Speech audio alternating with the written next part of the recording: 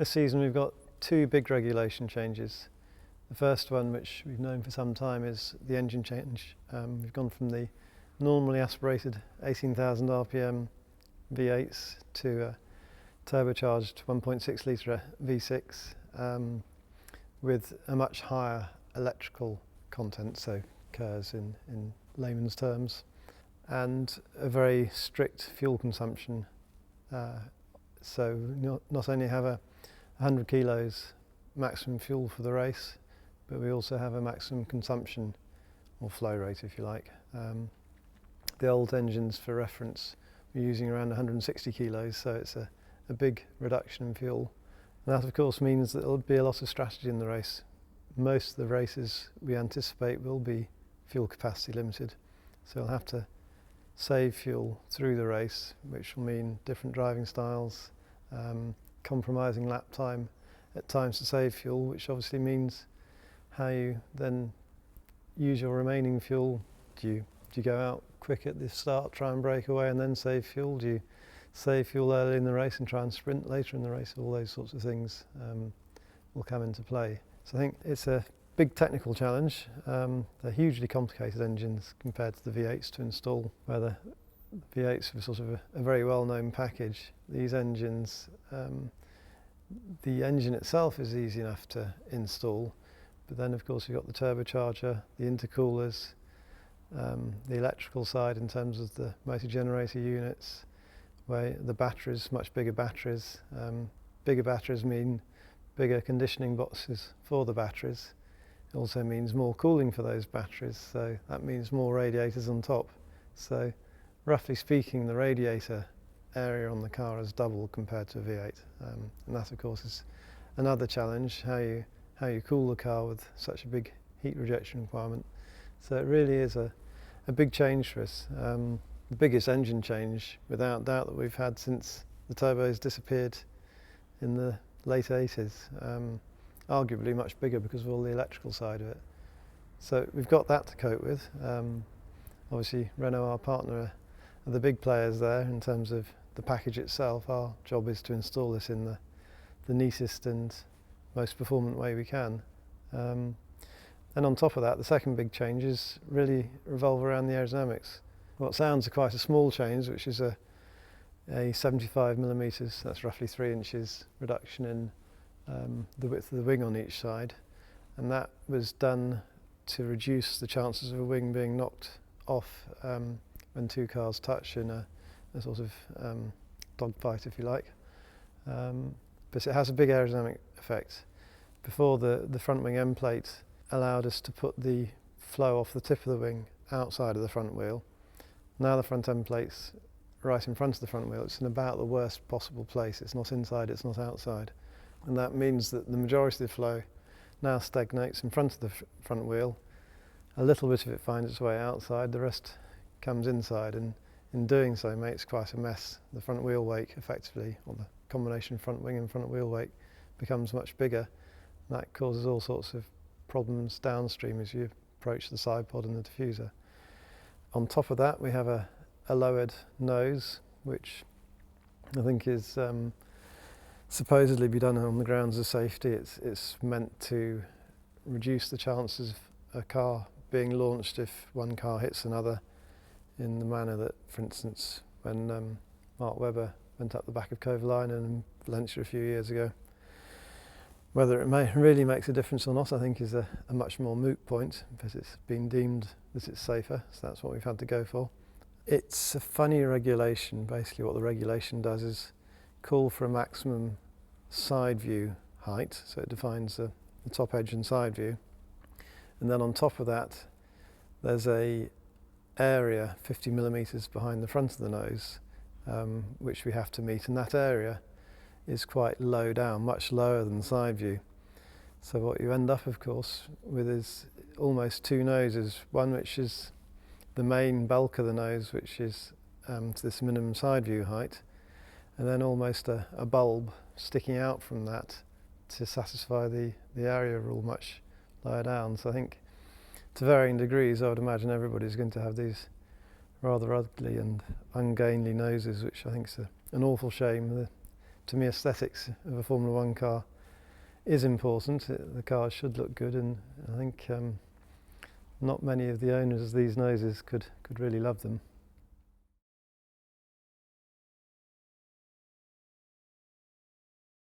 Regulation changes which involve aerodynamic changes, and therefore how you deal with those aerodynamic changes and how you try to make sure that the mechanical package and the tyres work in harmony with those aerodynamic changes is always a challenge.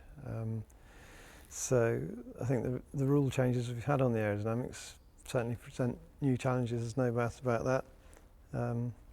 Some trepidation, of course. We had a competitive car at the end of last season. With these big changes, that all is history, and it's going to be a challenge of who comes up with the best solutions for these new regulations.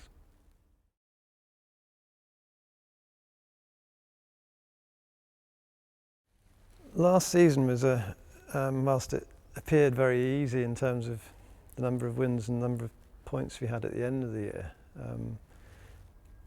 the sort of critical area around August last year, then it was a very tight battle. Mercedes seemed to be having good impetus. Ferrari and Fernando had a very good start to the season, and they certainly couldn't be ignored. So we were feeling far from comfortable as it was going to be an easy ride through the rest of the year to the championship. So we put a lot of effort into the development of RB9, last year's car, through June, July, August, September. Inevitably that brings with it the compromises that we of course have limited resources, and while we're developing RB9, then that meant that work wasn't going into the new car RB10, which, given the magnitude of the regulation changes that we've had over the winter, was without doubt a compromise compared to what we'd have ideally liked to do. But we felt that we needed to do that to try and win the championship we were in, and then handle the, if you like, the pressures of timescales that resulted from that decision. So I think time really has been our biggest battle, that we haven't had the time to do as much research as we'd have ideally liked on the background of the car before we had to commit to the fundamental hardware of monocoque and gearbox case.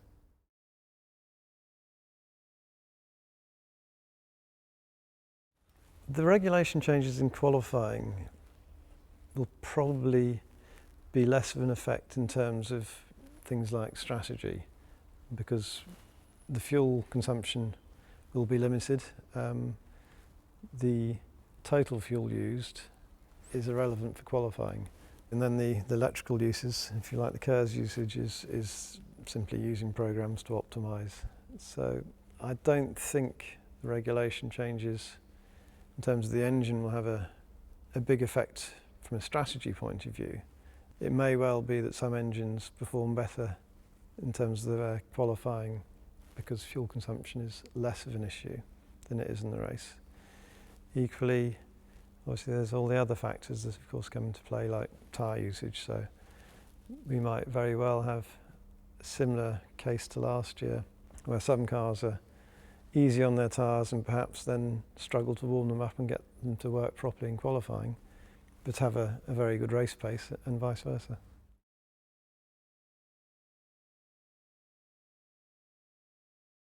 I think early races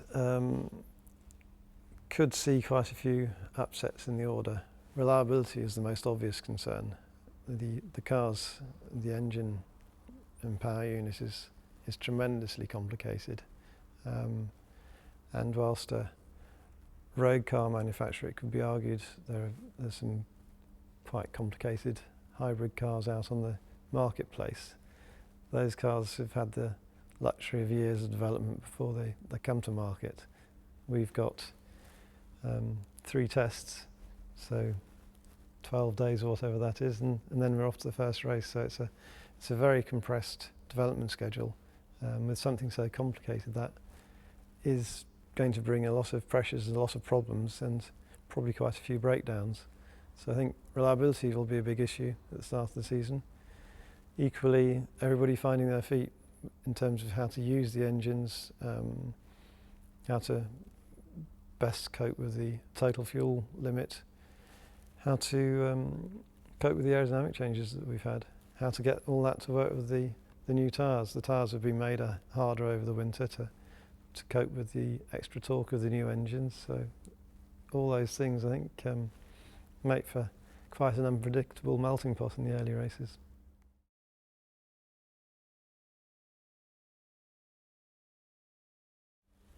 I think Daniel's, through the junior formulas and then the last 2 years at STR, has shown a very good pace. He's a naturally fast driver.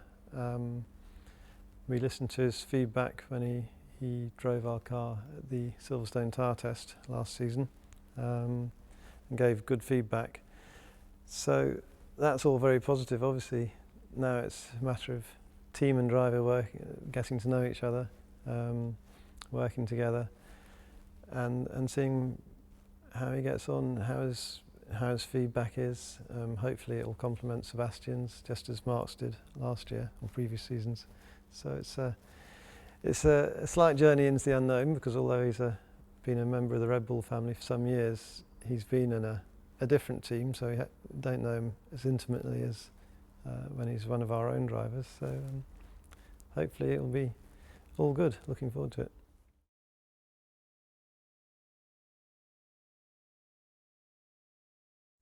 Have I enjoyed designing the RB10? Yes, I have. It's been a lot of pressure, a lot of long hours for everybody in the factory.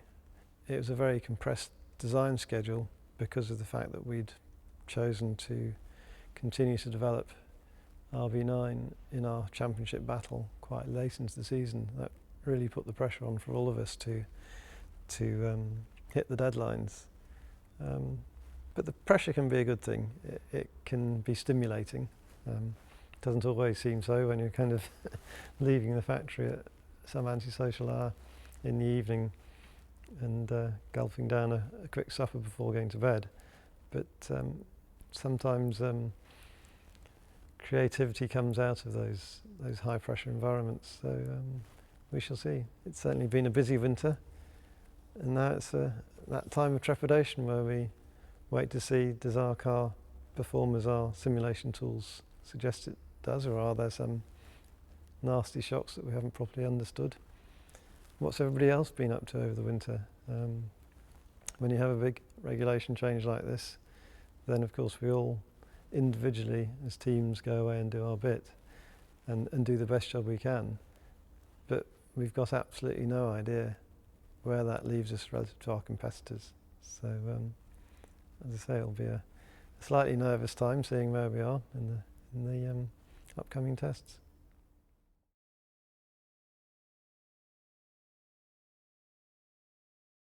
Obviously the first win in China was very special.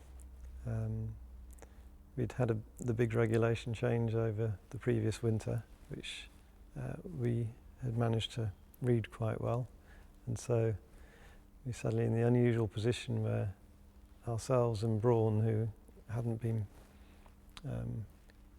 regular front runners previously, were now the regular front runners. So to win a race, the first race, is always a special moment. To win the championship, both championships, the following year, I think was also magical. Probably in many ways, particularly the drivers. The constructors was looking reasonable. So when we won the constructors in Brazil, the penultimate race, that was a great feeling. But I think because 1 week later we had the drivers still to settle, then it didn't really sink in, and we didn't really appreciate that success because the job wasn't finished. When we managed the double at the end, then that was an amazing feeling to have done that after so short a time, to have beaten the world's best. I think that will always go down. And then after that, really to stay at the top over the coming 3 seasons, to show that we weren't a kind of a 1-year flash in the pan.